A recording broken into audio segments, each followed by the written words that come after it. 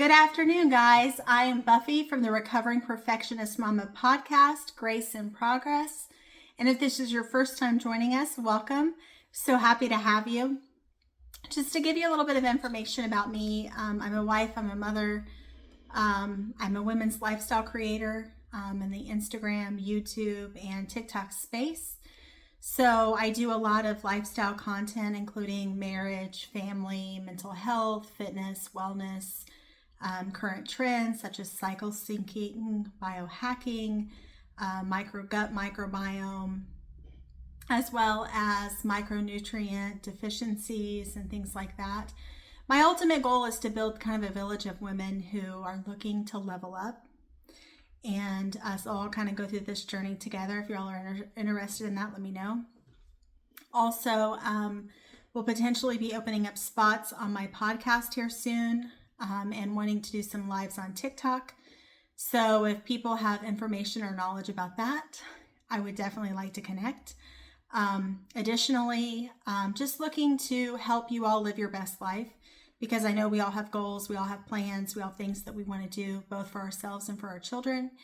And what better motivation to be living the life that you want to live and showing your children that it's possible to enjoy life and to have a fun time, a great time, and encourage them to do the same and continuing to level up, right?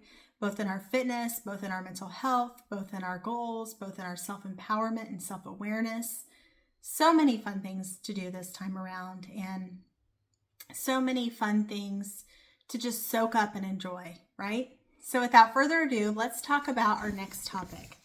Our next topic is actually how to cultivate uplifting female friendships. I know that as a woman, many of you have probably been burnt by a female relationship. I know that I've been burnt more than once. And I know that sometimes it's like once bitten, twice shy, right? There's that fear that all women are just frenemies in hiding. Hopefully you all don't still feel that way. I know I had a friend who had been a friend for 15 years, went with me to Vegas for my birthday with my husband and some of my other friends. And a few months after we came back, she just was completely just nasty and mean and hurtful. And it was so rough to have a 15-year relationship implode like that I literally had moments where I was like questioning, like, is everyone in my circle, are they secretly frenemies? Because I was feeling super painful somatic symptoms. And I don't know if a lot of you experience that when you get really upset and really hurt. I actually spent the weekend in bed because I was just so upset. This all had occurred over text. And at one point it was like, you and I are not the same and we're different and we're this and we're that. But I just felt like it was just a really mean way to do things. And I feel like it was very disingenuous and was meant to be mean-spirited, which made it even more difficult. I believe she still follows me sometimes on Instagram and such. I haven't said much because I haven't really engaged with her, because that was enough pain to experience in a friendship breakup, more than enough for me. And I wasn't going back for seconds. So to say, it happens, unfortunately. But don't let that keep you from being afraid to make friends and to try to make connections and to meet people who are going to uplift you and support you. I've been lucky enough recently to find my village of women, and it's been great. People who support me, people who love me unconditionally, people who are there to tell me when I'm too hard on myself. And I know a lot of us are, just by being nature of being women. So you want deep, supportive, no drama friendships with women, but feel awkward, low key, anxious, or like you're starting late? I got you.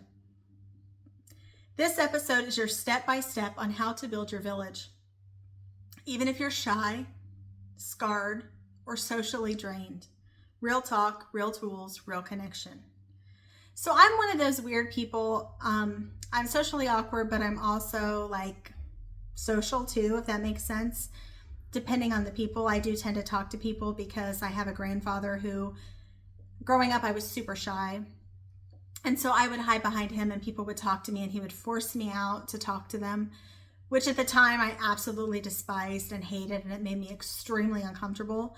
Now I'm the person that makes small talk with people, like at Walmart or McDonald's or wherever we go. And when my son was little, my oldest son, he would always ask, well, what's that person's name? And I was like, no, I don't know. And he would say, but you're talking to them like they were your friend. And I was like, sure, because, we're supposed to be social. We're supposed to be nice to people, and show some love and kindness to the world. And so he thought that everyone that I talked to was my friend and that I knew who they were. Ultimately, I did not. But again, conversation, the art of conversation, rather than being behind a screen, it's nice to actually have that interaction. So yeah, I'm like an oxymoron in some ways, like the whole social anxiety, yet I like to make friends and like to meet new people. And I don't know how many of you are the same. So our podcast title today is Build Your Village, Cultivating Female Friendships That Uplift, Heal, and Stick. So we're talking about in this episode, we're talking about how to overcome awkwardness when meeting new women, how to build self-confidence in friendships, how to attract uplifting women into your life, and how to stop saying, I don't have a tribe, and actually create one. Don't just listen, take one action from today's episode and tag me when you do. Share this episode with a friend who needs a reminder that she's not too late, too weird, too awkward, too anything, right? And invite them to listen to this podcast today, right? Okay, let's be honest. Female friendship can feel complicated. That's because as women, we're often seen as complicated, whether they say we're moody, whether they say we're hot and cold, whether they say, women are literally like vultures to other women, right? I think there are some women that are like that. And as I'm sure you guys have met some similarly to the story that I shared with you here at the beginning of the start of the podcast. But I don't think that all women are like that. I think a lot of women have the self-protective barrier up because they expect female friendships to be complicated. They expect to have a massive blowout at one point or another in their lives or multiple times in their lives with other females who they thought were their friends. And for whatever reason, there's jealousy, there's competition. I mean, men kind of have one thing right. They don't seem to be as competitive with each other as some females are. I'm the type of person, I will clap for anyone. I'm the woman that if you have toilet paper on your shoe after leaving the bathroom, I'm going to let you know. I'm the person that, if you're looking fantastic, I'm going to tell you. Because guess what? I'm not jealous of you. I like women. I'm a girl's girl, right? I support other women. I think as women, we need to do better. We need to show that bullying other women is not cool and it's so last century, and we need to stop doing it. We need to start building each other up instead of tearing each other down. Because ultimately, that causes gaps. That hurts everybody in our village. And not to mention, it also makes way. For instance, if you have a friend that's at a bar with you, do not let them go home with some rando, right? Don't let them go home with some rando. Make sure that you drop them off at their door. Make sure they're safe. And I know I'm preaching to the choir here, but I'm just saying, like, some of these things that you've seen, like other friends do to their friend, is just appalling, guys. Let's do better. I know we can do better. And like I've said before in my other intros, I really would like to create a village of women who look after each other, who level up together, who show how good life can be for all of us, right? Life is not a zero-sum game. We can all win, whatever our version of winning is. If it's being a stay-at-home mom, if it's being, a CEO, if it's being, any number of things, right? We need to all be able to clap for each other and support each other. So you want connection, but you feel awkward. I feel awkward every day. Sometimes the things that come out of my mouth, I'm like, oh my goodness, did I really just say that? And when I am lying in bed at night, I literally think, oh my gosh, did I say that? If I could take that back, I totally would. I don't know why I said that. It just flew out of my mouth, right? You want your people, but you don't want to be rejected. And rejection is difficult. Rejection is tough. Rejection is painful. Right? We've all been rejected. We all know what it feels like, and we don't want to have it again, right? So you're a little gun shy. And let's not even get into the trauma of old friend breakups. which I explained to you. That one was particularly painful.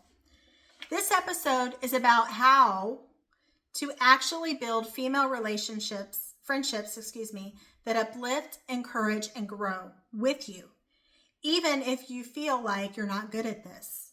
So if you've ever thought, where's my village? Why do I feel left out?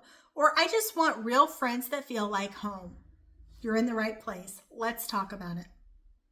Why female friendships matter deeply. Here's the deal. Female friendships aren't optional. They're essential. I know men generally tend to be loners. They don't have a lot of friends. For instance, the difference between men and women in one story. So my husband and I, growing up, I had multiple friends. Like I just loved people, loved to be around people, loved to meet new people, know how they ticked, all that. Loved that. We're both only children. I'm a social only child. He was more not as social. And I asked him, I said, well, how many friends did you have in high school? And he said 3. And so then he proceeds to ask me, he's like, well, how many friends did you have in high school? And I was like, oh man, I was school. I said, oh, I had so many. I had this person, this person. He's like, those were all your acquaintances. You could only have like 2 or 3 real friends. And I was like, that's not true. Like I had so many, like I was so close to them and they were all different. Like they were different aspects of my personality that kind of came through, right? Some of them were quiet. Some of them were more social. Some of them were like into certain things that I was into. Some of them were into theater. I mean, it was just varied variety. It was so fun to be able to have an eclectic group of friends that I could relate to, right?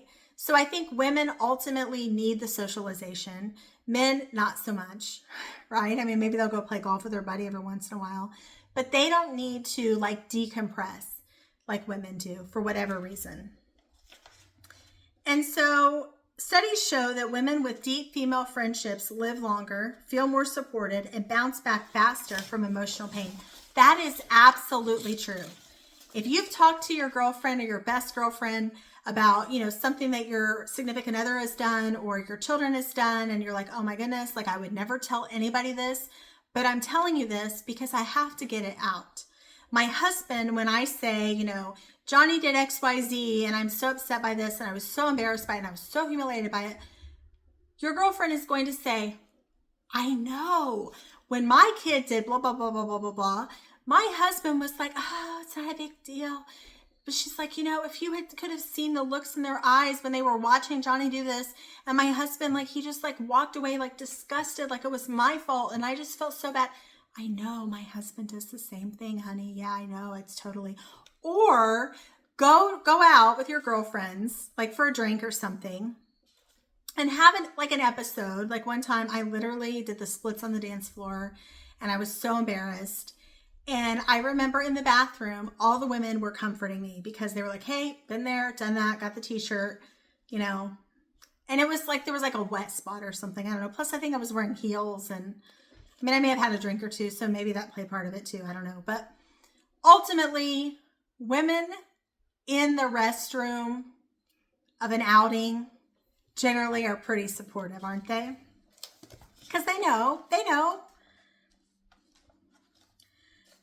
So, in rejection, if someone rejects you, it says more about them than it says about you, right? It's a reflection of fit, not of worth. Because not everybody's going to fit, right? Puzzle pieces, they don't all fit the same puzzle. And that's okay. And ultimately, a no or a rejection just means that your person is still out there or your group is still out there. You just got to keep trying, keep putting yourself out there. I know easier said than done. It can be embarrassing. It can be awkward. It can be difficult, but don't give up, right? You're going to find your village. Every time you show up awkwardly, vulnerably, or consistently, you build muscle. You don't need to be perfect to be loved. Now, do you need a perfect friend to love them? No, you don't, right? You just need someone that you can trust, someone that you can build a relationship with, and someone that'll be there for you consistently. If I feel awkward, I'm growing. These are reframes to remember. Connection is built in micro moments, not magic. Also, not everyone is my person, and that's okay. And honestly, the biggest thing for me is I like authentic people. And I want people to be honest and genuine, and I want to know that I can trust them. Because I'm a person that doesn't like fake people. I don't like to pretend to be anything that I'm not. I want someone who's a straight shooter like I am, and I want someone who's compassionate and who's going to invest in the relationship without being mean or nasty or discouraging, because I don't need that. So trying again doesn't make me desperate. It makes me resilient. So let's get into real no BS tips.